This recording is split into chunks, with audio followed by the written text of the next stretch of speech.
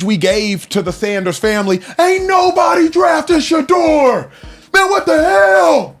Wait a second. The Eagles wanted to. The Ravens wanted to. And these are just two teams that have leaked in the last 2 weeks. Cleveland, buckle up. Philadelphia, Baltimore. You might want to sit down for this, because what we are about to talk about is one of the wildest draft day bombshells of the NFL season. Deion Sanders just confirmed that not one, but two NFL powerhouses, the Philadelphia Eagles and the Baltimore Ravens, tried to draft Shedeur Sanders. And here's the kicker. Shedeur said no. There we go. You know, I got a prediction. I ain't telling nobody. I got a feeling when it's going to go down. But it's going to go down this year. It's going to happen. All right. Yeah, he can get a shot. And that's all you can ask for as a player. All you can ask for is the opportunity, right? Tell me this, because this was all over the media, because I know y'all keep it a buck. That's why I love y'all to life. Yes. They made a big deal out of Philly called us on draft day. Okay. They didn't mention that. I just let a cat out of the bag. I didn't know that. Yeah, okay. Yeah, you heard that right. The son of Coach Prime turned down two of the most stable, winning organizations in football. And the debate that set off across sports media? Absolute fire. Today, we're breaking it all down. The clip that shocked fans, the debate that raged on Speakeasy, what this means for the Browns, and whether Shedeur made the right move. So let me ask you, if you had a chance to learn behind Jalen Hurts or Lamar Jackson, would you take it? Or would you say, no thanks, I'll wait until I can start?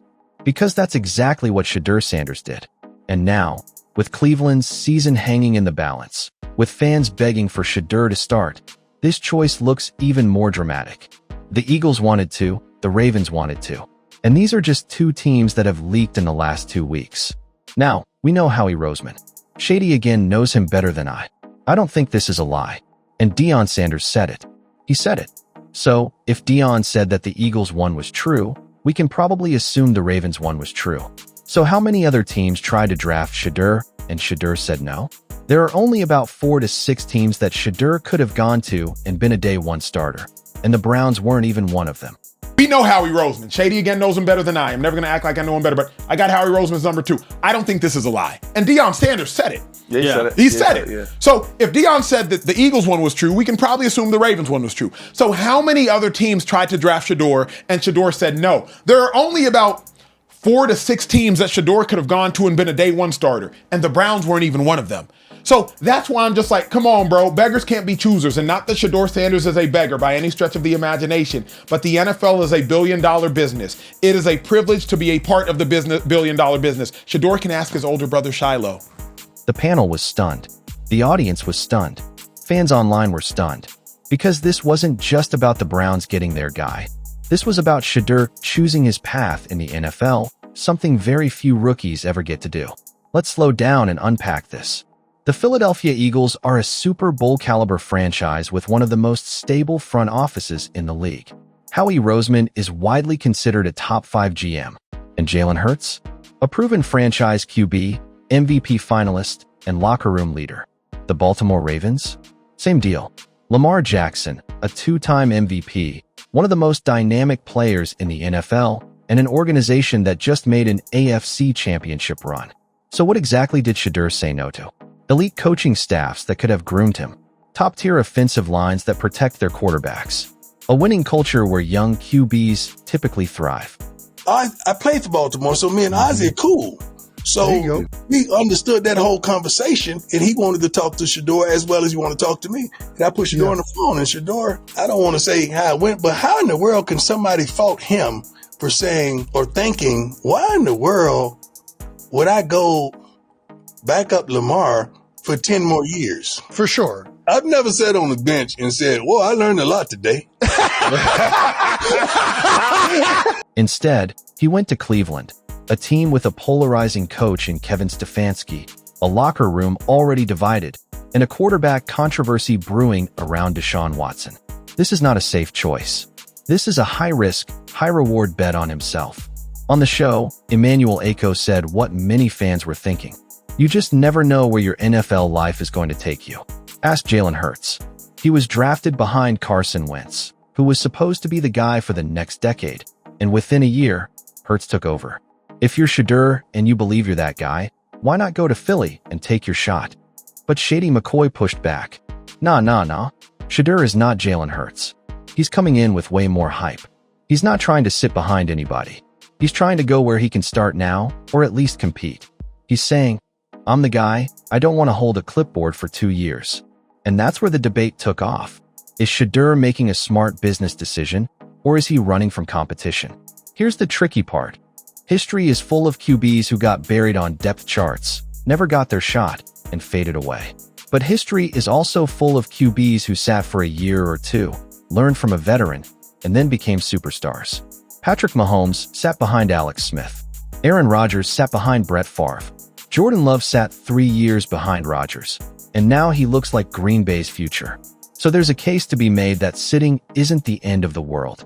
But then again, not every franchise is Green Bay or Kansas City. Cleveland is the ultimate wild card. This is a franchise desperate for stability at quarterback. Deshaun Watson has been inconsistent. Dorian Thompson-Robinson hasn't proven he's a starter, and the fanbase is already chanting for Shedeur. Local reporters are saying ticket sales are soft, fans are restless, and owner Jimmy Haslam is feeling the pressure. Shedeur is walking into a situation where if he plays well, he could take over this team faster than anyone expects. That is the bet he's making. Let's talk about how fans reacted, because this was explosive online. Eagles fans were split. Some said, "Good, we don't need a distraction, Hurts is our guy." Others said, "Imagine if we had Shedeur as a backup, we'd be set for the next decade." Ravens fans laughed it off, saying he wouldn't play anyway. Lamar isn't going anywhere. Browns fans, they were loud. He chose us. He wanted to be here. Put him on the field. Social media blew up with takes like, "Respect to Shedeur for betting on himself. That takes guts. Turning down Philly was a mistake. You learn more in that locker room in 2 years than you will in 5 years in Cleveland." This is where we have to be real. Cleveland is a graveyard for quarterbacks. Baker Mayfield, drafted number 1 overall, gone after 4 years. Johnny Manziel, gone after 2 years. Brandon Weeden, Colt McCoy, Brady Quinn, all drafted to be the guy, none lasted. So Shedeur is betting that he won't just be another name on the list. But the reward?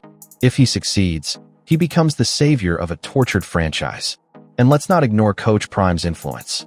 Deion has been clear from day one. He doesn't want Shedeur holding a clipboard. He wants him leading a team. When he confirmed that the Eagles and Ravens tried to draft Shedeur, it felt like a flex. My son had options. He chose his own destiny. That might sound arrogant to some, but to the Sanders family, it's about controlling the narrative. So where do we go from here? The Browns are under pressure. If they keep losing, fans will demand Shedeur starts before the season ends. If Shedeur plays well, this becomes one of the smartest draft decisions ever. If things go south, critics will say he blew his shot to learn from the best and build his skills in a winning environment. This is a career-defining gamble. So here's the big question. Did Shedeur Sanders make the right call? He said no to the Eagles. He said no to the Ravens. He said yes to Cleveland. Now it's up to him to prove that choice right. Because if he doesn't, if things don't work in Cleveland, the internet will never let him forget it.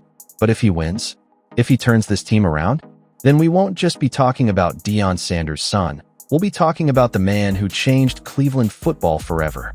Drop your thoughts in the comments. Would you have taken the Eagles' offer? Or do you respect Shedeur for carving his own path? Hit like, hit subscribe, and let's see if Shedeur really is ready to prove everybody wrong. Cleveland Browns rookie quarterback Shedeur Sanders just made NFL history before even taking a snap. According to Deion Sanders, both the Philadelphia Eagles and Baltimore Ravens tried to draft Shedeur, but he turned them down. On Speakeasy, Emmanuel Acho and LeSean Shady McCoy reacted with shock, sparking one of the wildest debates of the season. Did Shedeur make the right call by rejecting Jalen Hurts' Eagles and Lamar Jackson's Ravens? Or did he gamble everything on Cleveland? In this video, we break it all down. Deion Sanders confirms Eagles and Ravens rumors. Emmanuel Acho versus Shady McCoy's heated debate. Why Shedeur picked Cleveland over NFL stability. The fallout for the Browns, Eagles, and Ravens fan bases. This isn't just draft drama. This is career-defining. If Shedeur wins in Cleveland, he'll be a legend. If not, fans will never let him forget it. Backhand index pointing right, do you respect Shedeur for betting on himself? Or should he have learned behind Hurts or Lamar? Drop your thoughts below.